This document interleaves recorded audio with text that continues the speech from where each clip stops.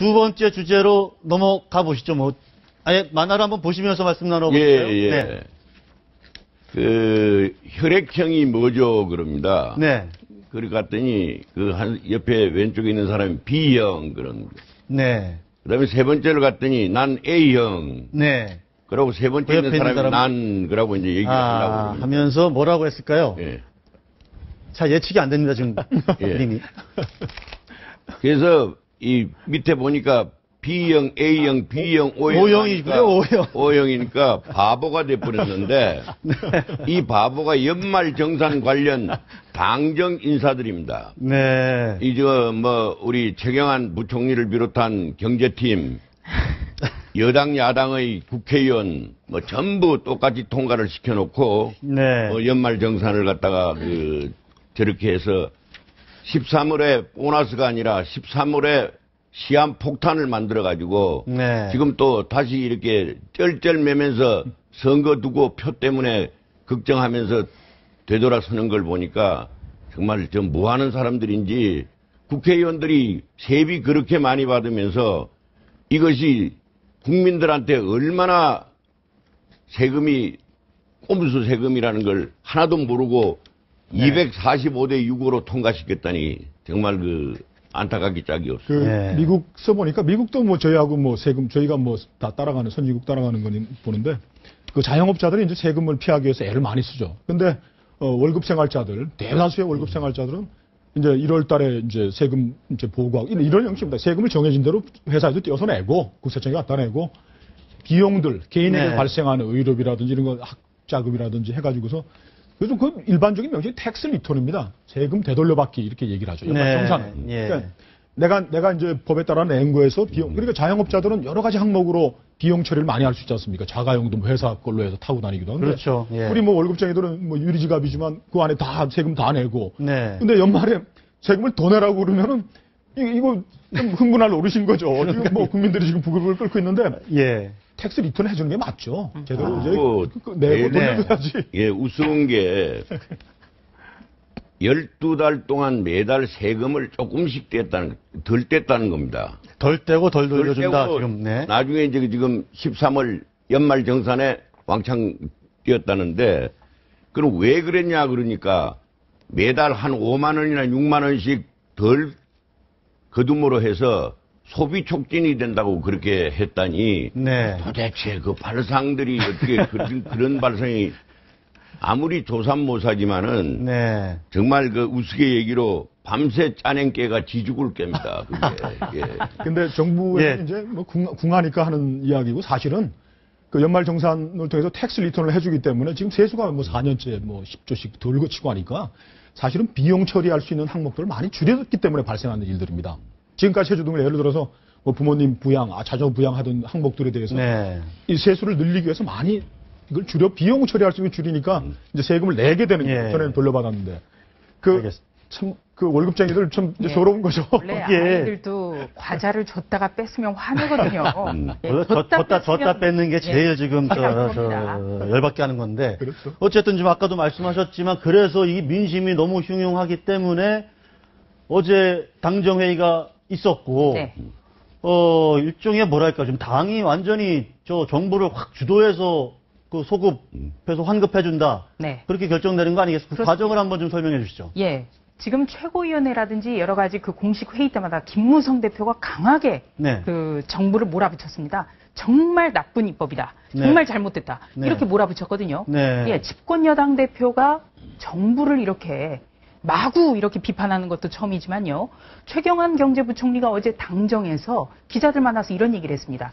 그렇다면 소급 입법까지 적용을 하는 거냐라고 네. 했을 때 최경환 경제부총리가 소급이라는 건 굉장히 위험하다. 네. 그렇게는 안 될 거다. 이렇게 네. 얘기를 했거든요. 네. 그런데 당정 결과를 딱 보니까 소급 적용까지 하게 된 겁니다. 네. 이거는 굉장히 그 헌법 정신 훼손 문제도 있고 또 법 체계 안정성 문제도 있고 정말 말도 안 되는 얘기거든요. 네. 그런데 이 당정을 보니까요. 최경환 경제부총리는 역시 법의 안정성을 들어서 계속 반대를 했더니 이완구 원내대표가 말 한마디로 모든 사안을 정리를 했다고 합니다. 네. 뭐라 그랬습니까? 4월 보궐선거. 이거 굉장히 판이 커졌는데 네. 지면 당신이 책임질 거냐. 네. 이 한마디로 초유의 이 소급 적용까지 이뤄졌다는 건데요. 네. 참 4월 재보선에 또 내년 총선으로 또 이어지는 거 아니겠습니까? 그렇습니다. 이제 뭐 정당은 선거를 먹고 살으니까 네. 표가 급하지만은 표도 표지만은 당과 정부에서 당시에 이 정책을 위반했던 네. 사람들의 양심을 다시 한번 꺼내야 되겠다. 네. 그래서 당시에 이 정도 정책을 바꾸는데 네. 정책에 어떤 부작용이 있을지 네. 또 어떤 정부 세수 증대의 효과가 있을지 이걸 모르고 이런 정책을 위반하고 그러니까요. 법안 통과시키지 않았을 거 아니겠습니까? 예. 그렇다고 본다면 그 당시에 이런 그 정책의 결정 과정에 있었던 사람들이 솔직하게 지금이라도 지금 네. 다 공지에 떠나 있겠죠. 네. 그 당시 책임 있는 당국자들이 떠나 예. 있지만은 민간인 신문이라도 국민들한테 이실직고 해야 된다. 내가 어디까지는 좀 꼼수였고 네. 어디까지는 꼼수 안 했다. 네. 내가 잘못했다. 이거를 국민들한테 한번 진솔되게 사과하지 않는 한 국민들의 성난 민심이 네. 소급 입법한다고 과연 정부와 당의 진정성 어느 정도 믿겠느냐. 정부의- 아무리 네. 선거가 중요한다 하더라도 이렇게 표 달라는 것도 일종의 꼼수로 보일 수가 있습니다. 네. 일시적으로. 그렇기 때문에 이런 그런 이 정책적인 큰 국민들에 대한 어떤 실망 이런 거를 주지 않기 위해서는 당시 당국자들이 사과해야 된다. 예, 그렇습니다. 정치라는 게 내루도 얘기했습니다마는 국민의 눈물을 닦아주는 것이라고 했는데 국민의 네. 눈물을 닦아주기는 거 국민의 눈물을 더 빼게 만들고 있고 네. 그 다음에 이 지금 아이디어가 나온 이유 중에 하나 보니까 이 꼼수 정세를 이걸로 연말 정산으로 8,600억을 더 거뒀답니다. 네, 한 9천억 원 정도. 9천억 원 정도. 네, 네. 그 다음에 또 돈이 몇 조가 모자라서 한던 게 담배는 건강에 나쁘니까 피우지 마시오 하면서 한 갑당 2,000원씩을 올렸습니다. 이거 완전히 칼만 안 들었지 뭐 같은 사람들인데 그런 법이 세계에 없습니다. 처음부터 올라서 이렇게 올라가지고 10,000원이 되든 20,000원이 되든 하는 거는 문제가 되지만은 2,500원짜리를 4,500원 하루아침에 하면서 여야가 나중에 국회 협상 과정에서 아마 2,000원 하면은 여야가 이렇게 해서 야당은 좀 국민 편 든다고 해서 한 1,000원 정도 깎고 1,000원만 올리던데 이 야당까지 누리 자금인가 그걸 네. 어떻게 보충해 준다고 그러니까 전부 다 같이 박수를 친 겁니다. 그래서 4조 원이 늘어난답니다. 세수가. 정세 없는 누구만 증세 왔더나 없는 복지. 복지를 한다고 해가지고 안 되니까 지금 거짓말을 하면서 정세를 하는 것이 더 문제가 크다. 그런 얘기입니다. 바로 그 점에서요. 네. 박근혜 대통령 하면 굉장히 원칙을 중시하는 분으로 지금 정평이 나 있는데 박근혜 대통령이 누차 얘기했던 것 증세는 없다. 바로 이 부분이거든요.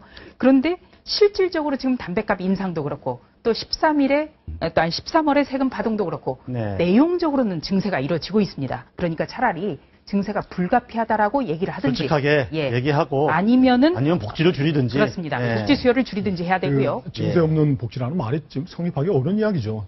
제가 요새 최근에 봤더니 가수 장기하 씨가 얼마 전에 책을 냈는데 책 이름이 지속 가능한 딴따라줄입니다. 복지는 지속 가능성을 기준으로 해야 되는 것이지. 네. 지금 누리 교육과정 2세부터 5세까지 아이들 자꾸 복지를 늘리면서 증세를 안 한다는 건 거짓말이죠. 이번에 정말, 네. 오바마가 의회에서 저 연대교수 발표하고 하면서 얘기했지 않습니까? 부자층에 대한 증세 하겠다.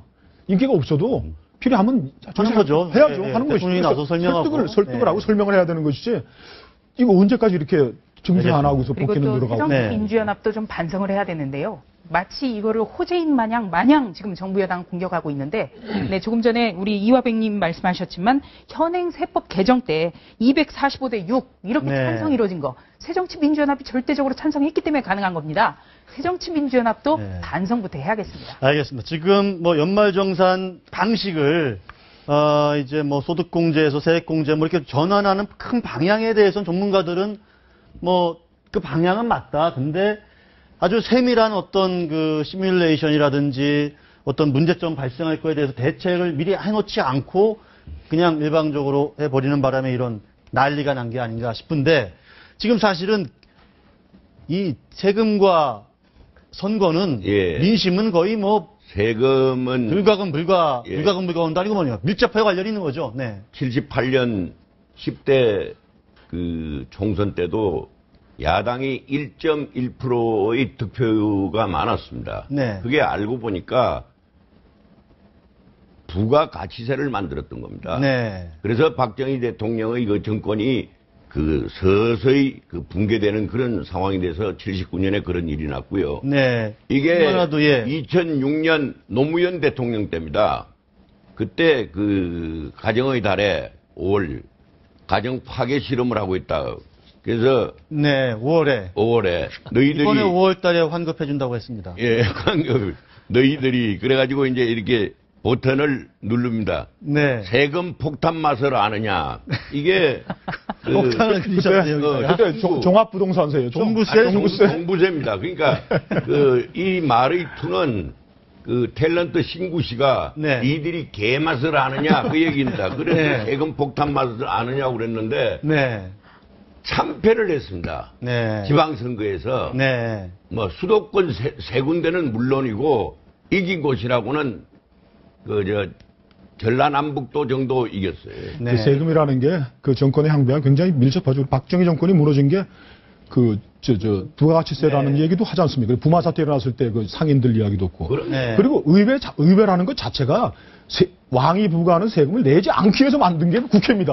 네. 그러니까 이게 2006년 지방선거 때 전남도 졌습니다. 전남 세금 증세하는 거. 그래서 우리 예산 편성할 때 있어서도 국회가 마음대로 예산을 삭감을 할 수 있습니다. 네. 그러나 증세하는 것에 대해서는 그 정부의 동의를 받아야 되는 것이기 때문에 그래서 국회가 이게 세금 올리고 할 때 신중해야 되고 제가 같이 일해본 우리 기재부의 예산실 이런 분들이 굉장히 시뮬레이션 이렇게 정확하게 하거든요. 네. 근데 어떤 이유 때문에 이런 일이 벌어질 거 예상을 하면서도 증세라는 세수 부족이 워낙 하고 하니까 네. 무리하게 했던 게 아닌가 저는 그렇게 짐작합니다. 예, 노무현 대통령의 그때 지지율이 한 3% 됐는데 네. 이 종부세 실시하면서 20%대로 내려왔습니다. 지금 박근혜 대통령의 35%의 지지율에 나는 아직 20% 안 됐다고 자신만만하다면 그건 아주 위험한